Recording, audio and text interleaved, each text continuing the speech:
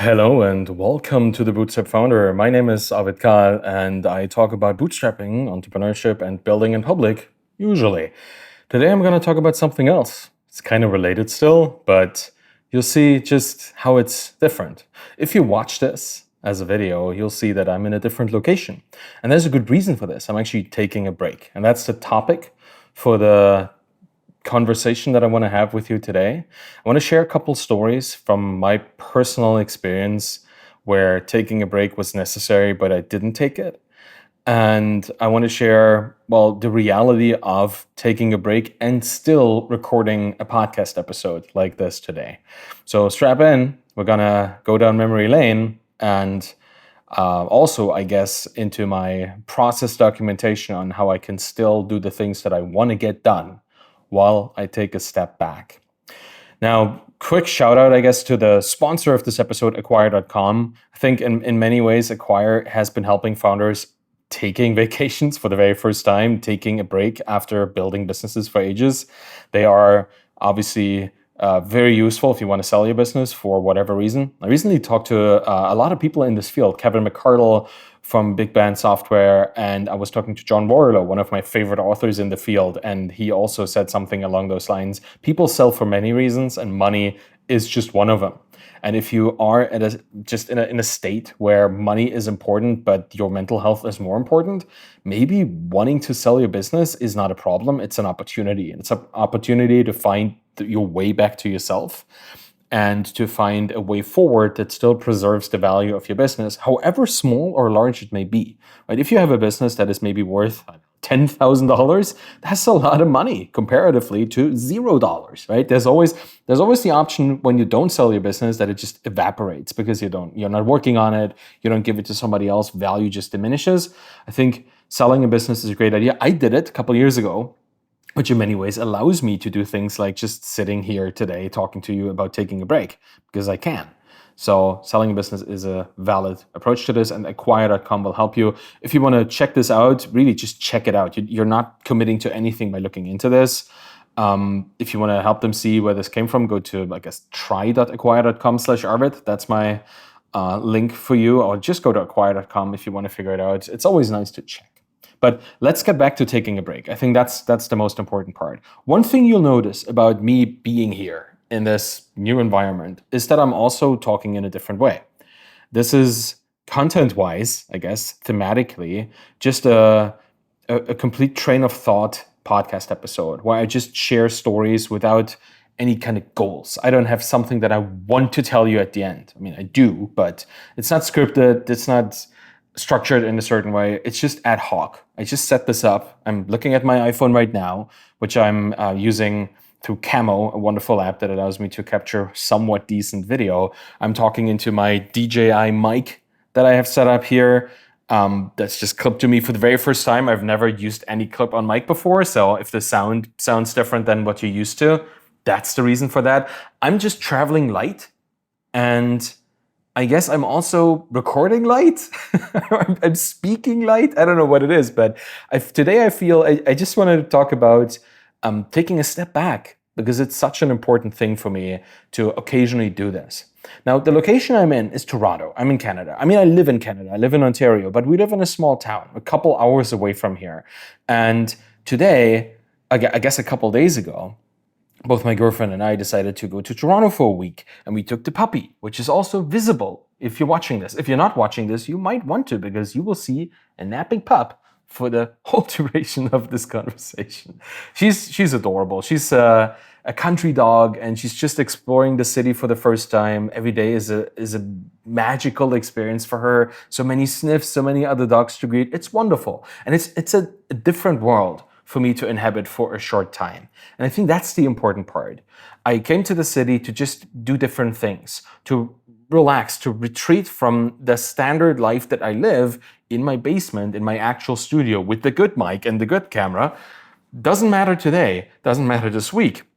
This week I wanna just take a step back, do other things so I can come back refreshed next week. I scheduled all the things that I had this week into next week or the week prior, and we can talk about that later. And this week is just for myself, the pup, and my girlfriend. So why am I taking a break? Well, my experiences in the past, I kind of hinted at that earlier, showed me that if I don't take the break takes me. And I don't want to go to the place that I was twice where I did not take time to deal with my mental health and suffered pretty horribly. The first story I want to share with you is how I got started in the tech industry. I mean, that is probably an interesting story in any case, but it's also mental health related in many ways, where I really should have taken a break but didn't. So it must have been just over 10 years ago now at this point, 2012, 13, that all out of the blue, I got a DM on Twitter from somebody who'd seen my GitHub profile. And they checked out the technology that I was working with. And at the time, that was CoffeeScript and MongoDB, a lot of JavaScript heavy development things. So JavaScript was all the rage back in 2010, 2012. And I had built a couple projects just to, see if I could do it. And I did, and I enjoyed it, and I pushed it to GitHub, and they found it. They said, "Hey, you looking for a job? We have this business here. We just raised money in San Francisco. You're interested in working for us? You can do it remotely, but back from Germany. You can come visit, see what it's like." And I obviously said yes, because if you get a job offer on Twitter back in 2012, that was like the most cutting edge thing you could possibly do. So I said yes. I flew over against many reservations, by the way, both in my family and in my circle of friends. A couple of other people that were approached by that company from Germany back in the day, some of which then later became my biggest friends as they joined the company and worked there with me. A lot of reservations to just say, let's just change everything we're doing right now. Because I was a student at the university at that point. I was studying philosophy, political science, like two completely unrelated subjects, but I was always coding. And I said, sure, let's do it. Let's go. Let's go there. Let's make it happen. I went there. It was fun, met the people, was awesome, flew back, started working remotely back from Germany. I started working, I think, at 4 p.m. and worked all through the night until like early in the morning, 6 a.m. It was weird, but I loved it at the time. I slept all day, woke up at night, and got like a lot of work in because nobody in Germany anywhere at night will disturb you, right? So it was a lot of fun. But it was exhausting. Like you always had to be there. We worked 4 or 5 sometimes. I mean, definitely 5, not 4, but 5, 6, sometimes 7 days a week. It was a lot. And it kind of broke me because I just could not step back. It was such an engulfing and involved job. I loved my work there. It was a great, great company. They were building like an IDE in the browser. What couple like half a decade later, VS Code would eventually be, or would add the Atom, the engine underneath is and can be. So a web-based, JavaScript-based IDE, effectively. And we built that back then with a social network attached. It was really cool and a lot of fun. And they got funding, and I got to experience the whole San Francisco startup scene and the vibe and all that. And it was great, but it was too much. And I didn't step back because for the first time in my life, as the very first job I ever had, I made like massive amounts of money comparatively to anything I ever did before, could have done here, or here in a sense of where I was here back in the day, which was Germany. It just wouldn't have happened, not for a 25-year-old or something. I was a long-term student, let's just say that. It took me a while to even find a job. I had a lot of support, both from the government of Germany and from my family. So, privilege. I'm quite aware of it. But once I got into the job, I kind of overworked myself and never took a step back. And that caused some severe burnout. I remember pretty vividly that I was standing there on one of my many visits to the place in front of the offices, and I was just crying. I was crying and talking about how I'm giving my best, but it just was not giving. I did not have the energy. I'm having a hard time right now even talking about it because the energy that I should have had wasn't there, and I wondered why, and I found fault in myself, as many people do when they feel burnout. They think it's their own fault for not doing enough or not being enough, and well, obviously that was bad, and I needed to retract. So I did. I quit, and spent, I think, probably 4 months just sleeping. Like, really, I slept like 16 hours a day.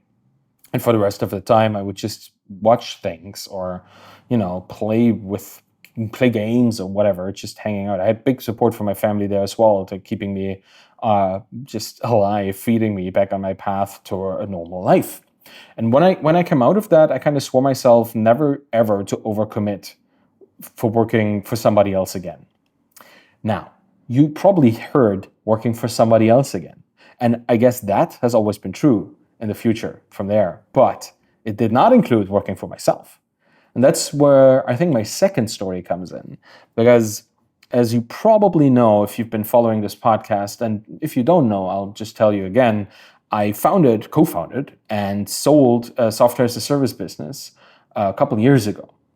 Danielle and I, my girlfriend and I, we founded it in 2017. We built it to $55,000 in MRR, and we sold it in 2019, just a couple months before the world changed forever, which was a whole different topic. That maybe you could talk about this too, like the pandemic weirdness and all that. But when we sold the business, we didn't sell it just because we wanted to monetize the value of the business. That was one of the reasons. We had many reasons that we wanted to convert the equity that we had in the business into money that would diversify our income portfolio. And we were both kind of living paycheck to paycheck at the time, and we thought, wow, this business is pretty valuable. If you think about it, $55,000 MRR, that means like 600 something thousand dollars in recurring revenue a year. And we had extremely high margins because it was a SaaS business that was highly automated. We had no employees. That was like a 95% profitable business. So that thing itself was hyper valuable. And it was to other people too, which is why we sold it.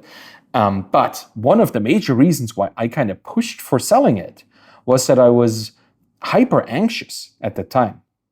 And I said just now that both Danielle and I were running this business, but nobody else helped us. Danielle is great. She's a wonderful designer. She's an amazing marketer. She was a spectacular CEO, but she's no coder. She does not write code. She's not technical at all. That was all my work. That was all me. And if you automate a business almost completely, the things that slip through the cracks tend to be pretty critical. Right? If you automate every single question where somebody asks, I don't remember, should I log in with Facebook or Google?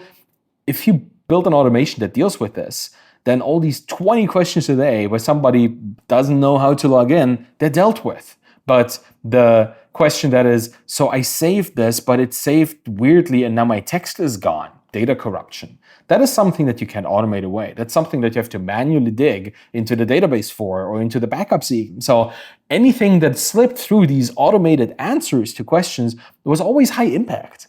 And if I'm the only person being able to deal with this, then I will have to be the person that deals with it. And I kind of forgot about that. In a way, I must have completely missed the fact that this was something that I would have needed to deal with, and I didn't. I just took those things, answered them, and helped, and just waited for the next one. And I didn't know, was it going to come 10 minutes from now? Was it going to come a couple hours from now? Or do I have a day where I can actually work on something else? I never knew, because that's what customer support is. You wait for things to come. It's a reactive activity.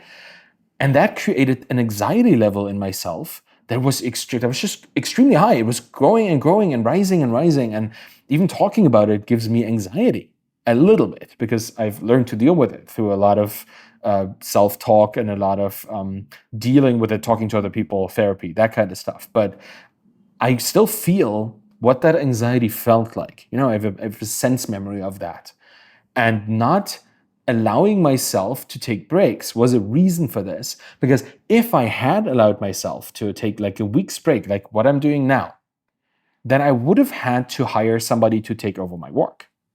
And had I hired somebody to take over my work, I would have dealt with the structure of the business in a way that would have had allowed them to be able to solve the problems in the business. So by thinking that I was the only person that could deal with these and I'm good enough, I can do all of this myself, I kind of forbade myself from taking breaks. And that was not a good idea. It caused me to go back to a burnout state. This time, it wasn't like purpose-driven like it was with the first time when I was in San Francisco working for that San Francisco company.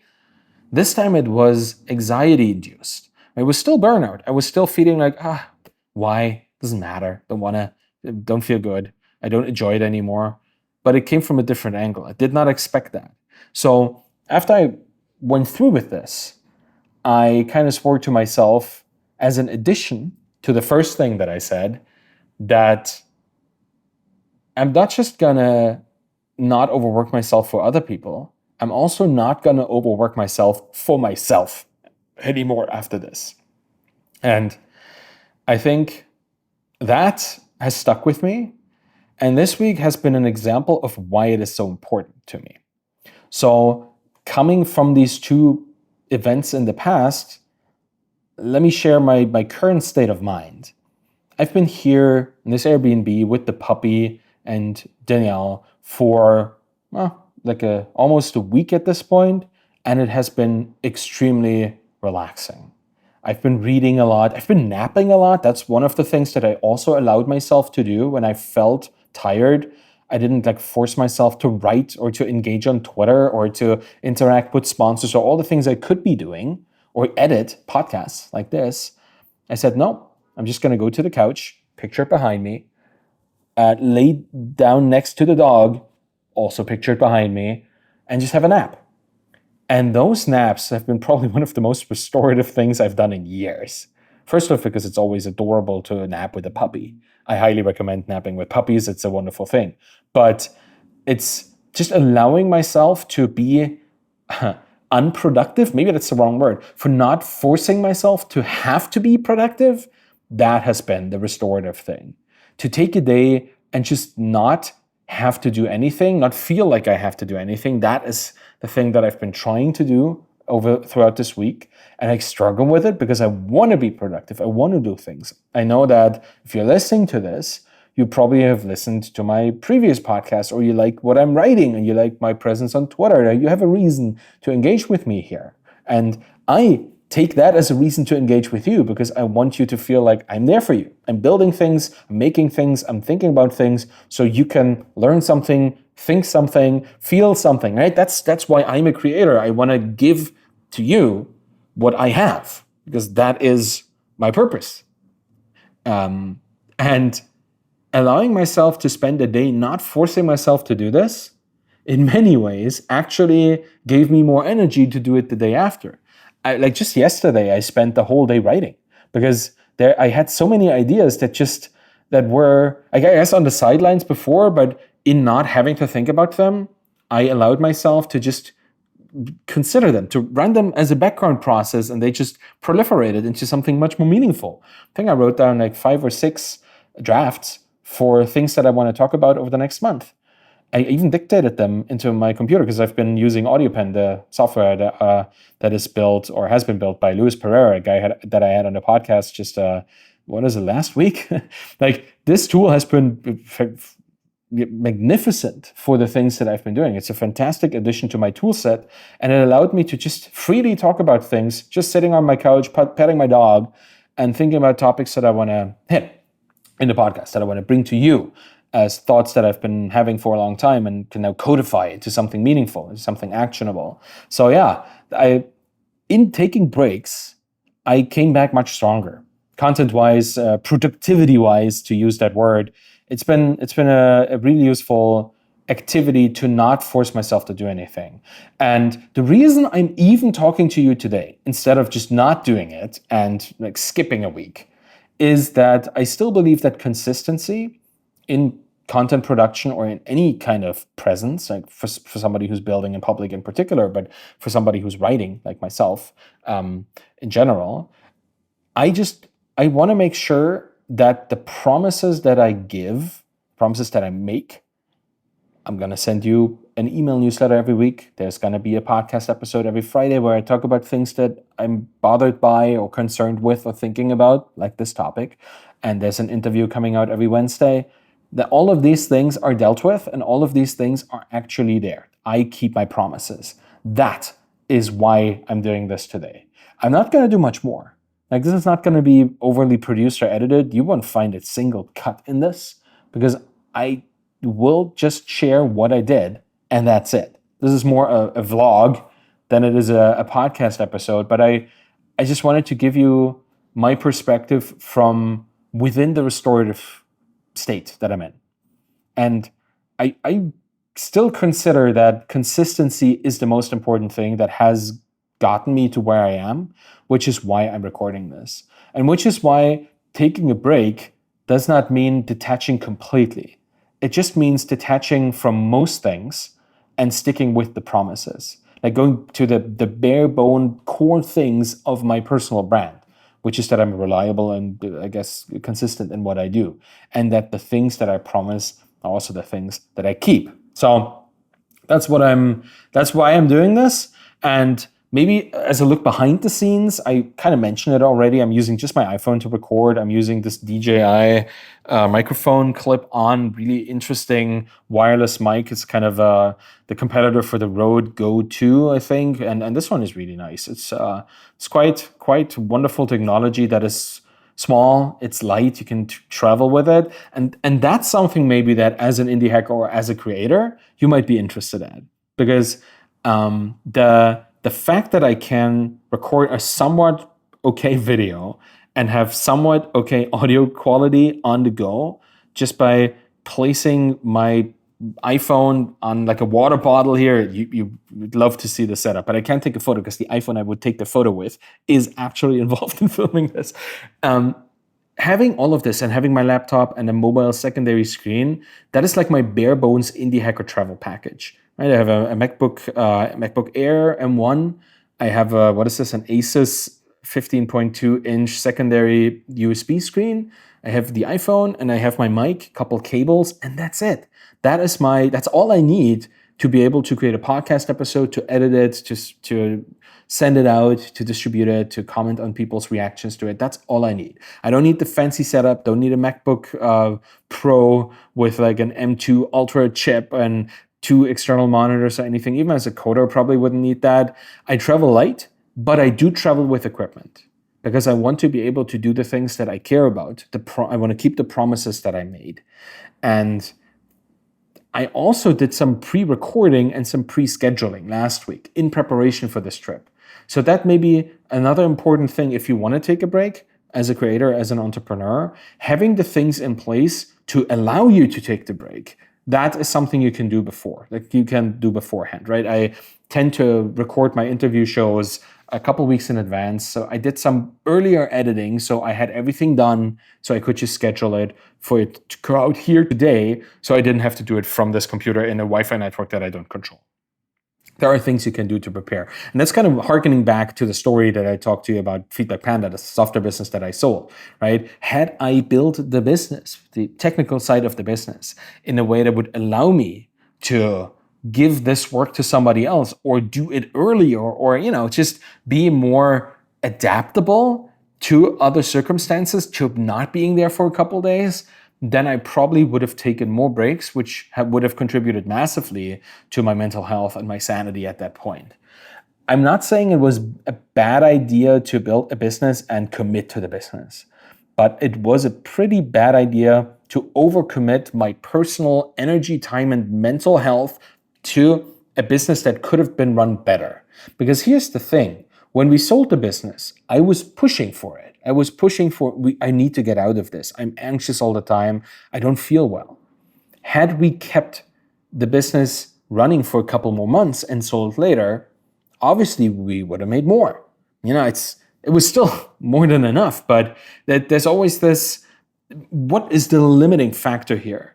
Is it really the market? Is it my customers? Or is it a churn rate currently? Or, what weird thing is it? No, but if it is your own mental self-limitation, then sometimes just being able to take breaks and then taking them can give you a second wind. So I don't want to turn this into a sermon. I really wanted to share a couple stories and talk to you from my little Toronto staycation. If you want to see the puppy again, there she is. She's adorable. She's a good friend. She's a co-host of the show.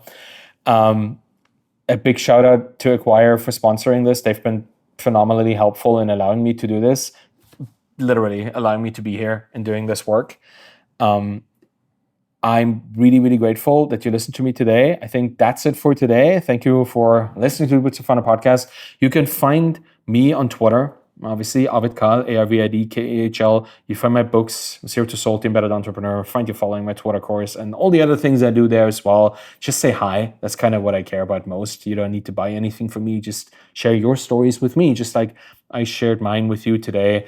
If you want to help me with this show, both outside of its normal studio and within, just listen to this in your podcast player of choice. Give it a thumbs up, give it a rating. A 5-star rating would be wonderful. Give it a review if you liked it.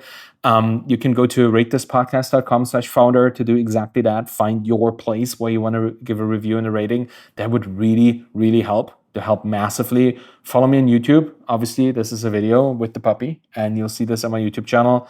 I'm just really grateful that you listened to me today, that you allowed me to share my stories from a point of recuperation and restoration. Thank you so much for listening. Have a wonderful day. Bye-bye.